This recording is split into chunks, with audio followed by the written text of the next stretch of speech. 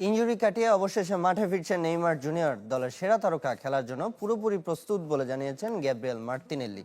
তবে ইনজুরিতে রাফিনিয়া খেলতে পারবেন না স্কটল্যান্ডের বিপক্ষে। তার জায়গায় খেলার আগ্রহ দেখিয়েছেন মার্তিনেল্লি। 2026 বিশ্বকাপের গ্রুপ পর্ব এখন সবচেয়ে উত্তেজনাপূর্ণ পর্যায়ে, আর সেই উত্তেজনার কেন্দ্রবিন্দুতে রয়েছে 5 বারের বিশ্ব চ্যাম্পিয়ন ব্রাজিল। গ্রুপের শেষ ম্যাচে স্কটল্যান্ডের মুখোমুখি হওয়ার আগে বড় চাপের মধ্যে রয়েছেন Brazilian coach Carlo Ancelotti. Knockout পর্বের টিকিট নিশ্চিত করতে হলে এই ম্যাচে জয়ের বিকল্প নেই বললে চলে। ফলে দল নির্বাচন থেকে শুরু করে কৌশল নির্ধারণ সবকিছুতেই বাড়তি সতর্কতা অবলম্বন করছেন ইতালিয়ান এই কোচ।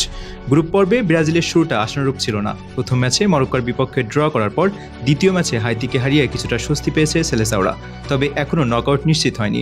শেষ ম্যাচে স্কটল্যান্ডের বিপক্ষে পূর্ণ 3 পয়েন্ট অর্জন করতেই হবে, অন্যথায় গ্রুপের সমীকরণ জটিল হয়ে যেতে পারে। এই গুরুত্বপূর্ণ ম্যাচের আগে ব্রাজিল শিবিরের সবচেয়ে বড় সুখবর হলো নেইমারের ফিটনেস। দীর্ঘদিনের চোট কাটিয়ে ধীরে ধীরে নিজের সেরা ছন্দে ফিরেছেন এই তারকা। হাইতির বিপক্ষে তার উপস্থিতি দলের আক্রমণ ভাগে নতুন গতি এনে দিয়েছিল। স্কটল্যান্ডের বিপক্ষেও তাকে ঘিরেই সাজানো হয়েছে আক্রমণের পরিকল্পনা। জানা গেছে আনচেলত্তি একাদশে অন্তত 2টি পরিবর্তন আনতে পারে। মাঝমাঠে আরও সৃজনশীলতা আনতে একজন আক্রমণাত্মক মিডফিল্ডারকে সুযোগ দেওয়া হতে পারে। একই সঙ্গে রক্ষণভাগে পরিবর্তন সম্ভাবনা রয়েছে, যাতে স্কটল্যান্ডের দ্রুত কাউন্টার অ্যাটাক সামাল দেওয়া যায়। কোচ মনে করছেন শুধু আক্রমণ নয়, রক্ষণেও ভারসাম্য বজায় রাখতে পারলে ম্যাচের নিয়ন্ত্রণ ব্রাজিলের হাতেই থাকবে।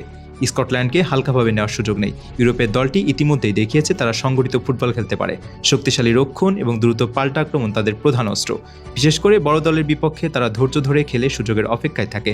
তাই ব্রাজিলের জন্য ম্যাচটি সহজ হবে না। আনচেলত্তি সংবাদ মাধ্যমে বলেছেন, দলের সবাই জানে এই ম্যাচের গুরুত্ব। খেলোয়াড়রা মানসিকভাবে প্রস্তুত এবং জয়ের লক্ষ্য নিয়ে মাঠে নামবে। তিনি বিশ্বাস করেন ব্রাজিলের অভিজ্ঞতা ও ব্যক্তিগত দক্ষতা শেষ পর্যন্ত পার্থক্য গড়ে দিতে পারে। অন্যদিকে ব্রাজিল সমর্থকদের চোখ থাকবে নেইমারের দিকে। বড় ম্যাচে নিজের সেরাটা বের করে আনার ক্ষমতা তার রয়েছে। তার সঙ্গে আক্রমণ ভাগে তরুণ ও গতিময় খেলোয়াড়দের সমন্বয় স্কটল্যান্ডের রক্ষণকে কঠিন পরীক্ষায় ফেলতে পারে। সম্ভাব্য একাদশে গোলবারে থাকবেন অ্যালিসন। রক্ষণে দেখা যেতে পারে দানিলো, মার্কুইনোস, মিলিতাও ও আরানাকে। মাঝমাঠে ক্যাসিমিরোর সঙ্গে থাকবেন 2 সৃজনশীল মিডফিল্ডার। আক্রমণে নেইমারের সঙ্গে ভিনিসিয়াস জুনিয়র ও রদ্রিগোকে দেখা যাওয়ার সম্ভাবনা রয়েছে। সব মিলিয়ে এটি ব্রাজিলের জন্য ডু অর ডাই ম্যাচ। বিশ্বকাপের মতো আসরে গ্রুপ পর্ব থেকেই বিদায়ের ঝুঁকি নিতে চায় না সেলেসাওরা। তাই শুরু থেকেই আক্রমণাত্মক ফুটবল খেলতে পারে আনচেলত্তির দল। এখন দেখার বিষয় স্কটল্যান্ডের বাধা পেরিয়ে ব্রাজিল নকআউটের টিকিট নিশ্চিত করতে পারে কিনা, নাকি গ্রুপ পর্বের শেষ ম্যাচে অপেক্ষা করছে নতুন কোনো নাটক।